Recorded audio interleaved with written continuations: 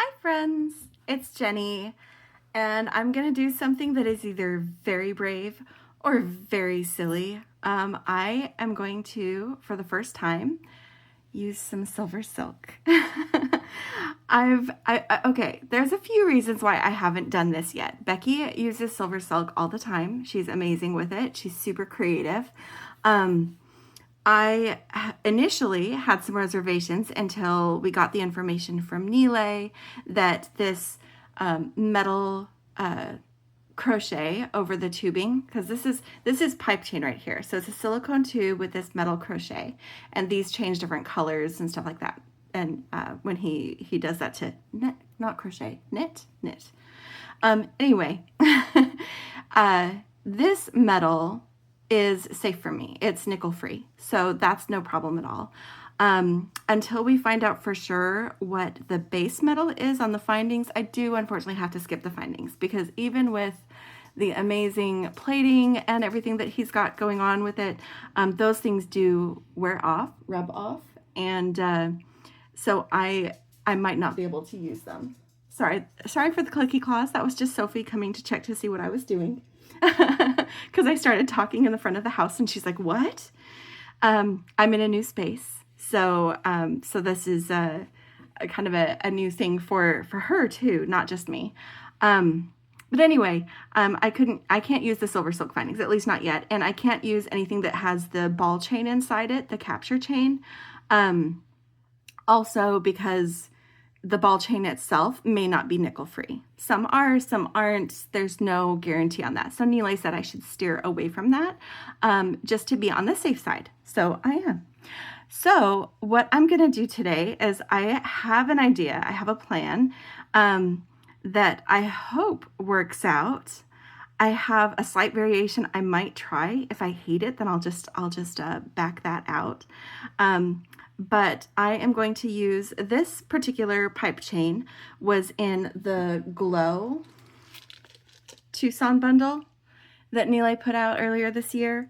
And it's really pretty and I love it. And I recently opened in one of my hauls these fantastic lava stones that they are electroplated with a light silver vitriol. And I just think that they're perfect with this chain. When I first opened these, I said, hey, it's like moon rocks and unicorns had a baby. And that's what these are, the love children of moon rocks and unicorns. And I'm really, really excited about that. And then I started looking in my stash to see if I had something that would kind of bring out some of these colors. And I have this abalone pendant that I had gotten. I'm going to hold that one a little bit closer to the camera. I've got a light shining on my screen, so I can't actually see. I'm hoping that's in focus and that it's pretty for you guys, because all I see is my light. So that's tricky. So I'm going to be using that. I'm going to be using these guys. Let me get these in a ladybug dish and get them close so you can see all the shimmeriness. You see what I mean about the unicorns? That really light rainbowy experience that you get there. Anyway, so I'm going to use those. And since I can't use the normal findings that you would get with Soft Flex, I am going to try using some little cone bead caps to begin and end my my section of silver silk. So let's see how this goes. I plan on making this necklace and probably some earrings to go with it. I do have some spacers that I love. I love these spacers. I have asked for more. Hopefully they will get more, but they're this like stardust kind of thing, and I just felt like they would be a really fun addition with this. And so the Soft Flex I'm going to use to do my stringy is the 925 sterling silver that also has kind of that shimmery, pearly sheen to it. And I am running low on this spool, but that's okay because my sister just bought me a 30-foot spool. I'm so happy. I'm so happy. I love it. I love it. So anyway, let's get going on this.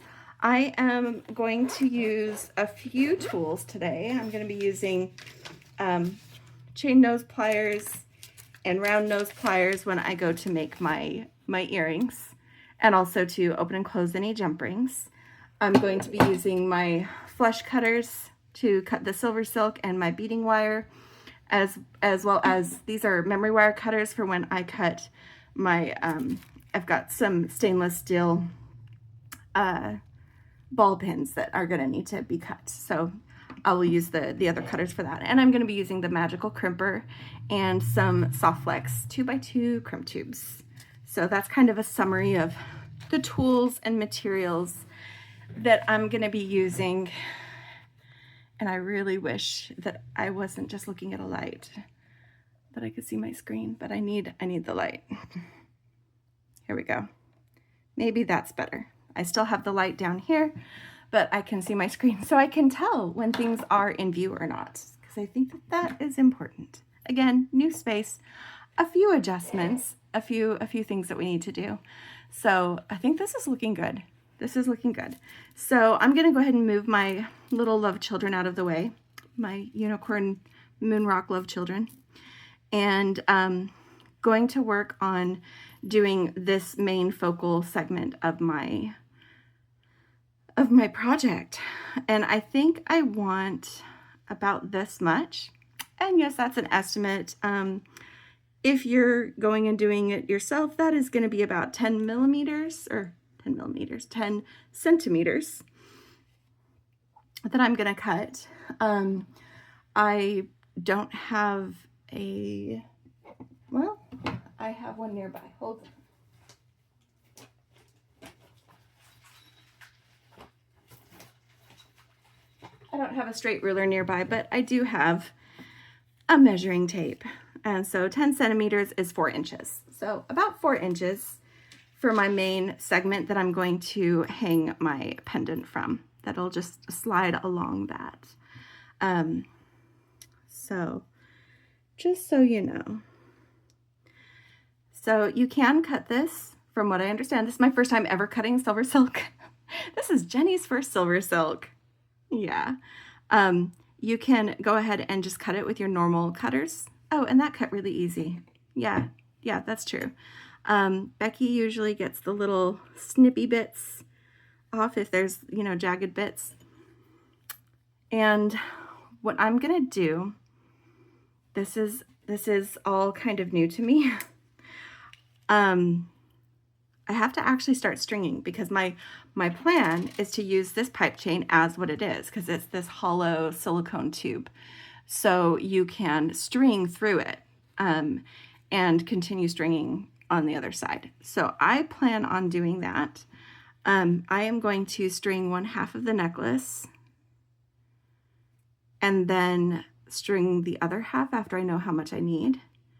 So I am going to work off the spool for this, because I need it snug enough that the ends that I'm making, because this is kind of a raw end, and I plan on using, get the pendant on there so that we are thinking about it when we're doing stuff.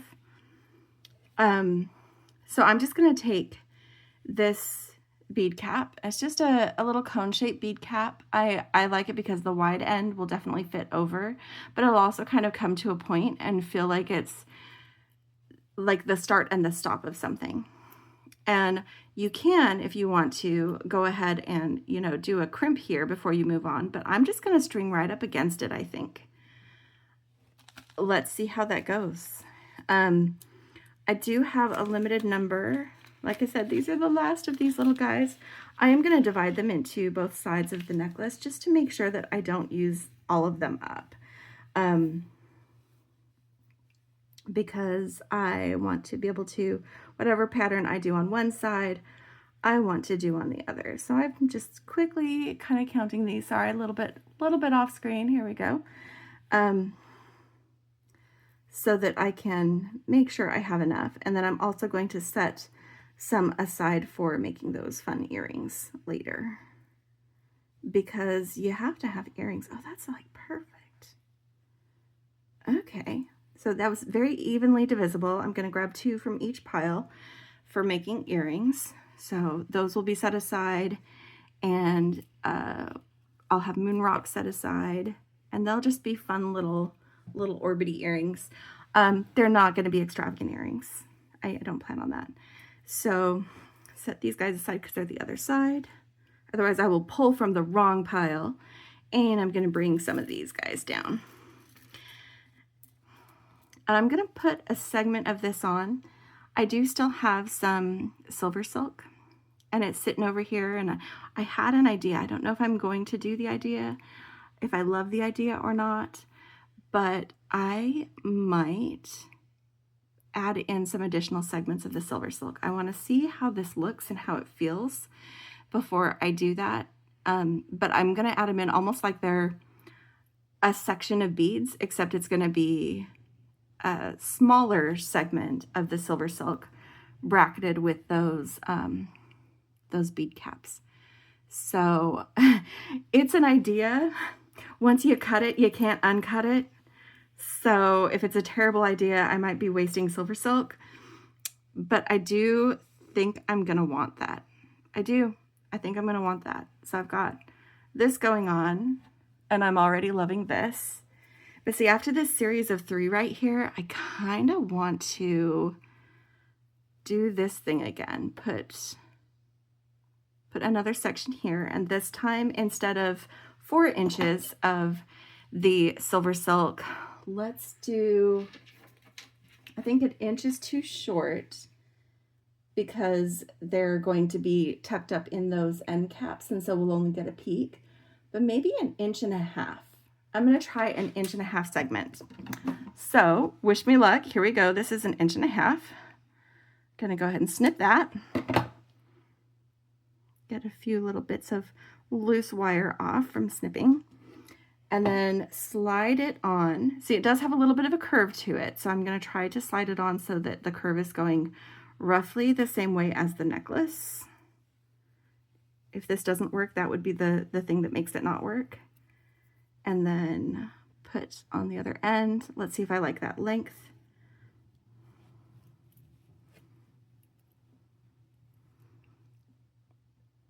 Yeah, actually I kind of do. I kind of do.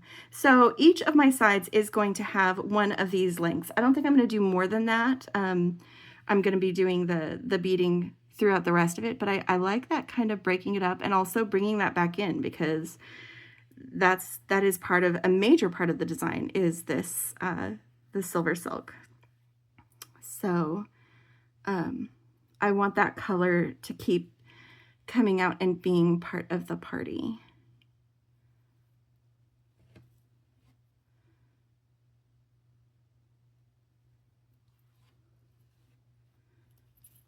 So we've got, and it might drape funny.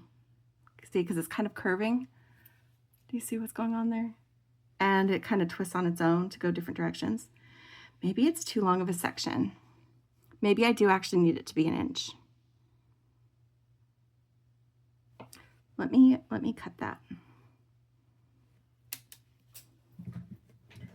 I dropped one of my special little spacers. Hopefully I don't need it and I can find it later. That's what happens when you start doing some stuff. Okay, so that was an inch and a half. I'm gonna cut a little bit more. Here we go. You can't uncut it. And shove this back in here. And get that cone. Yeah, I like that smaller section better. That feels like it's more manageable, and I feel like it won't disrupt the drape as much. But it still gives that little kind of peekaboo of the pipe chain. Let's see how it looks when I've got some beads strung on the other side of it. That's the trick, isn't it? That and not dropping my special spacers.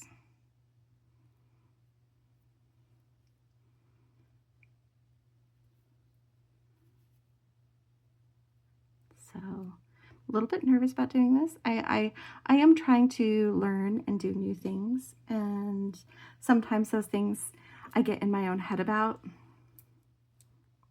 You know, It's just one of those things. And I think this is one of those that I think of it as being trickier or more difficult to design with than other materials that I'm doing. Okay, here is where we decide if I need another section or if that one little peekaboo on each side is going to be enough. I think that's it. Because honestly, anything from this point on, because of the length that I like to make my necklaces, anything from this point on is going to be at the side and back of my neck. So I'm just going to keep going with these other beads. My moon rock babies. They're so cute. They're fun. They're fun. Okay, so let's just take a look at what I have so far. So this is 1/2 of the necklace.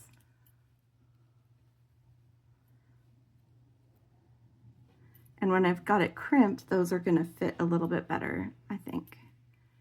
The caps that I'm using for the sections of the silver silk. Okay, and just to get an idea on length, I am almost done with this side. Let me just get a little bit more on.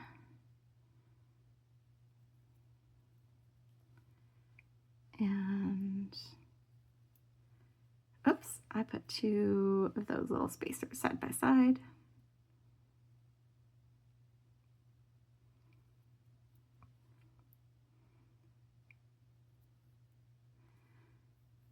And honestly, with this design, you don't see much of the beading wire, but you will see it where I make the loop to attach. I'm going to use this figure 8 and hook clasp that Becky made for me is what I'm going to use for this. So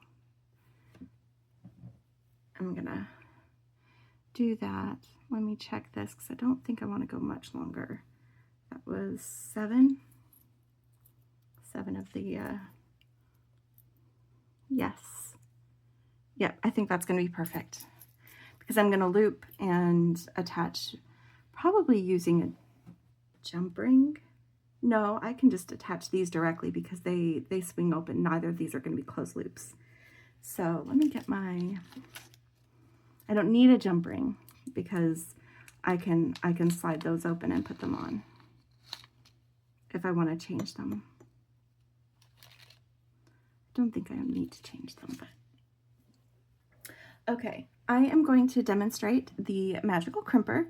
If you've never used it before, I know we've got new people seeing our channel every day. Well, maybe not every day. Often enough that it was definitely worth showing. So what you want to do is the magical crimper is meant to be used with 0.018 to 0.019 beading wire. This medium soft flex is 0.019, so it is perfect. And you can use it with 2x2 crimp tubes. The brand you use isn't important, but the quality is. You want to have one with a decent wall, like this guy does. If that's too thin, then your crimp will just crumple, and nobody wants a crumply crimp. Becky and I both like to use soft flex crimp tubes, so that's what I'm using here. Now inside the magical crimper, there is this spherical concavity. And you're just going to center your crimp tube inside that. Get the loop the size that you want, and when everything is centered and is where you want, just give it a little squish. And then what it does is it presses down those 4 corners of the crimp tube, so you get a little bit of a ravioli shape. Just turn that 90 degrees from where you just were, so it's straight up and down in your crimper. Make sure that's centered again, and give it another little squish. And then you just keep rotating around, squishing a little bit at a time, until you don't feel any more resistance around that crimp. Again, make sure that it's centered. Aside from when I just pulled it out to show you the ravioli, I usually don't remove my crimp from the crimper, my crimp tube from the crimper, because it's easier for me to keep it centered by just opening it a little bit and rotating, just like that. It's actually done. I'm just still demonstrating. There's nothing wrong with going a little bit longer, so don't worry about that as long as you are, again, maintaining that it is centered. Once it's inside there and turns into this nice little ball of crimp that's so smooth, then you're set. So I'm going to go ahead and slide my necklace down so that it meets up with that, and I get that kind of tension, so you can get a better idea now that that is crimped, what this is going to be like. See? So then I need to duplicate the same amount of wire that I had before, and then give myself about 2.5, 3 inches for looping and crimping at the other end. And now, because I've already done the designing decisions on one side, this goes a little bit more smoothly. I am just going to add in my components until I have one side matching up with the other side. And see, this pendant is just going to slide freely along this section of the pipe chain.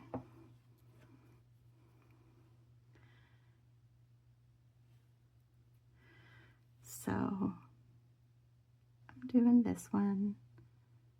Oops, that's not. See, one thing about these lava beads is the hole may not be the hole you think it is. It might just be a crater.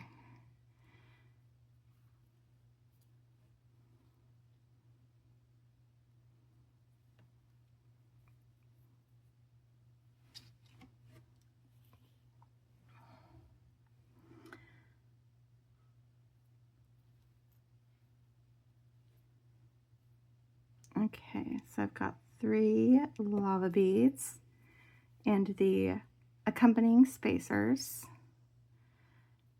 and then another cone.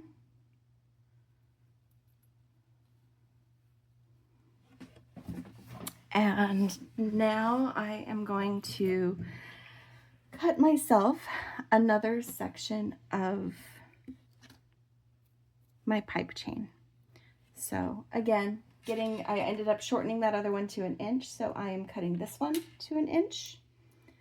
And this will be opposite our other little flash of pipe chain that we've got on the other side. Slide that on there. And it may not stay pointed the right direction, but I am making it so that where it curves a little bit is curving in towards the neck instead of curving out. So maybe that'll be a little less awkward. Oh, need one more of these guys.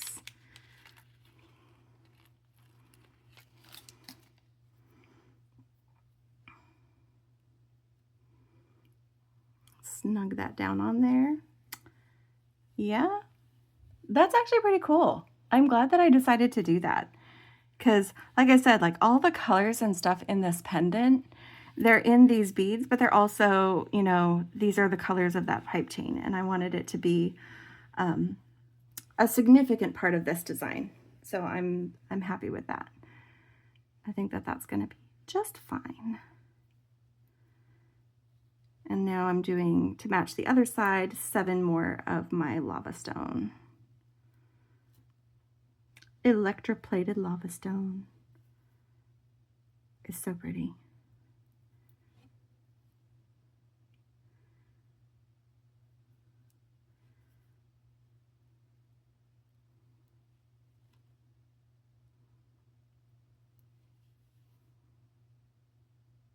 And I am going to have enough of these spacers, so I don't have to dig that one out that I dropped, but I am probably going to go looking for it because like I said, I love these spacers. And I haven't been able to get my hands on any more yet. Lauren at Beadbox Bargain said that she was going to try to get some more because they're so pretty, but also they're nickel free.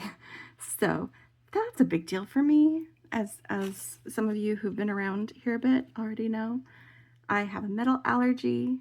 I am allergic to nickel. And so if something is labeled as nickel free or hypoallergenic, I know it's safe to use. And the more we get that information available to not just me, but other people who are making, the better this will all be for everyone. Okay, just double checking to make sure I didn't miss any beads. I think this is gonna be pretty. I think this is gonna be pretty.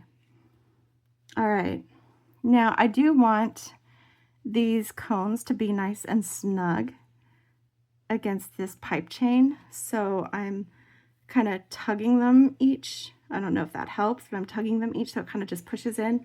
And then I'm making sure that this is nice and tight as I can, and then get a little bit of coil because I do still want it to have some nice drape. But this way I won't have any extra give so that the pipe chain has a chance to work itself out of the cones. That's the idea.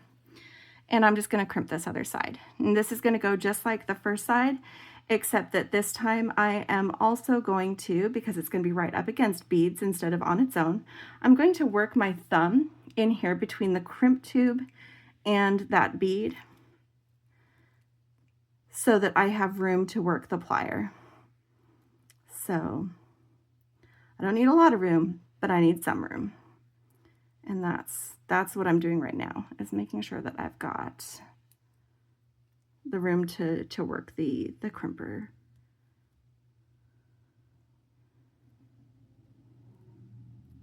But also trying to match up these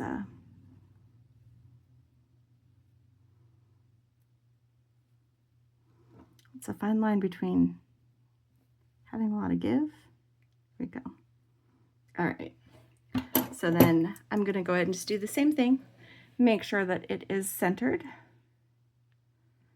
and that I'm not going to have interference from that first bead. Oh, and right now I'm not squeezing it. I was holding it gently and it decided that it wanted to shift, and I didn't like that. Okay, and that messed up my centering, so I'm just double checking to make sure that things are centered.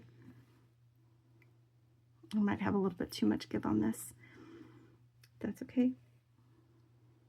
I might just have a bigger loop. I would rather have a bigger loop than too much give. Okay, so now I'm gonna just give that a squish and then open it enough to rotate it the 90 degrees and do that second squish, and then go through and do all the other fun squishes that we talked about. And I may not have been centered. Well, it looked funny, but it's rounding out. It's rounding out just fine. Okay, so then we've got this nice little ball of crimp, super secure crimp, and I am just going to snip this, and it is time for a clasp. Yep, that is time for a clasp. So those are all sitting where I want them to. Yeah, there's not too much give. There's not too much, but it's still, you know, I can curl the necklace. Okay, get my pliers out so that I can open and close. I want the fiddly bit on my right side, so the hook I'm going to put on my right side. And I'm just going to swing this open, this part of the hook, get my wire on there, and then swing it closed, and just make sure that that metal is right up against the other metal, because this beading wire is thin enough that it'll slide out if you don't have that nice and tight. So that is nice and tight. That's going to stay secure. And then I'm going to do the same thing on the other side. I'm going to swing open one part of this figure eight. It's the same both sides. And I'm just going to put on my beading wire, or my beading wire, basically my necklace, and get that snugged right up against the metal. And then I should have done this before I finished crimping. Here's my fit check. Oh, it's perfect. Yes, friends. Oh, it's perfect, perfect. And I was right. The placement of those segments of silver silk are right up above my collarbone. And so you'll still see them, but they'll be just a hint, and it would have been wasted to do more towards the back, because I have short hair, but not short enough that you see the back of my neck. And so having it where it is going to be perfect for having that little bit of a continuing peekaboo. I think I like that. I think I like that. Okay, let's get my earring stuff down here. Let's make some earrings. I am probably just going to do some simple earrings. Let's see how much space I have on these pins.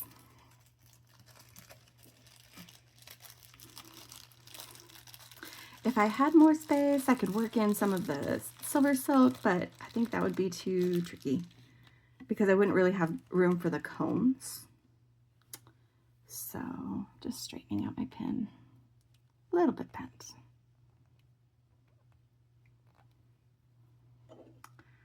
So this is pretty simple, but what I had as an idea was just the spacers, a lava bead, and the spacers.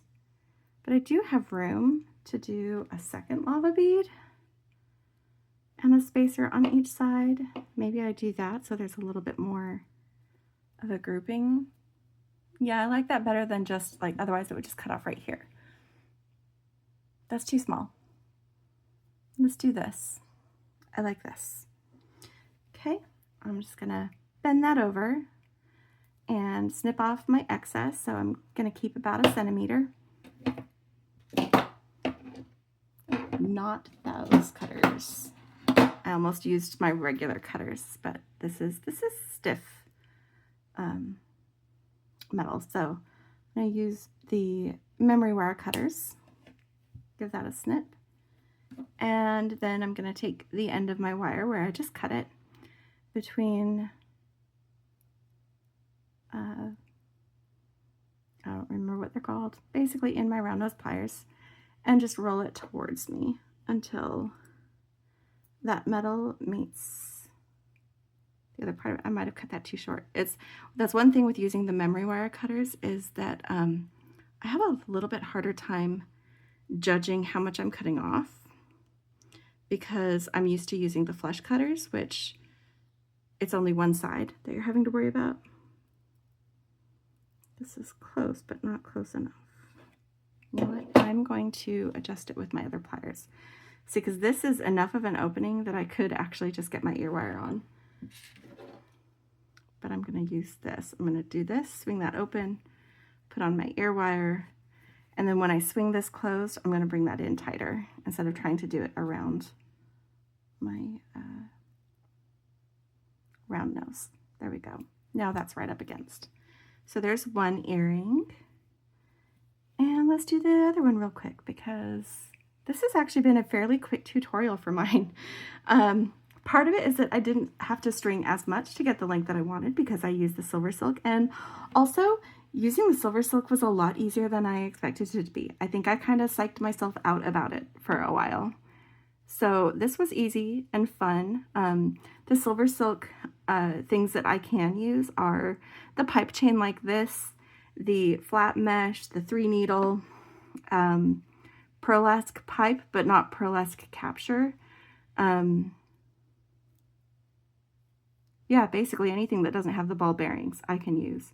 And then, like I said, I have to use my own solutions for doing the ends until or unless we can get confirmation that the base metal is nickel free. If we get that confirmation, then I would be happy to use the silver silk findings. For now, I do have to pass on them.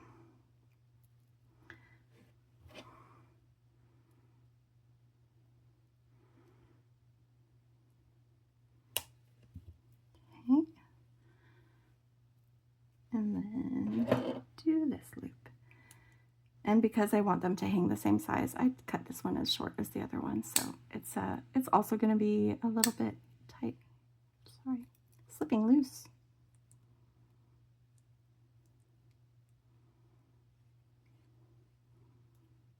Oh, that's not so bad. That is not so bad. Swing that guy open and put on my ear wire.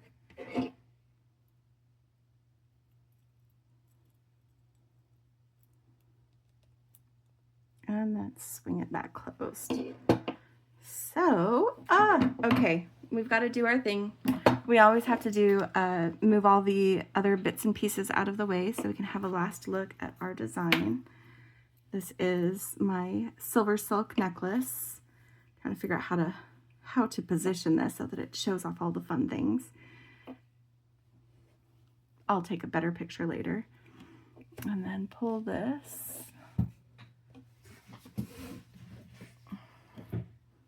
There we go. There we go. I'm excited. This was actually so much easier than I thought it was going to be. And I'm in love with the colors. I'm in love with it. This has the boldest version of all these colors, but it has all these colors, and that just makes me really happy. Let me pull this up so you can check that out. And then with the silver silk, and then with all of it together. Look at all of that. It's so fantastic. It just makes me happy. It makes me happy. I think that was a very fun first foray into making with silver silk.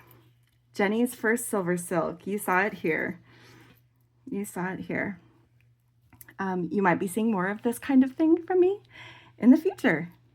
So we will see how that all goes. But I'm really glad that you hung out with me and that I got to share this with you. If you're not already subscribed to our channel, go ahead and subscribe, hit like, ring the bell so you know when we have new videos, and leave a comment. We love our beadie community, and I'm really happy that you can be a part of it. So fun. But anyway, happy beading, and don't forget to play.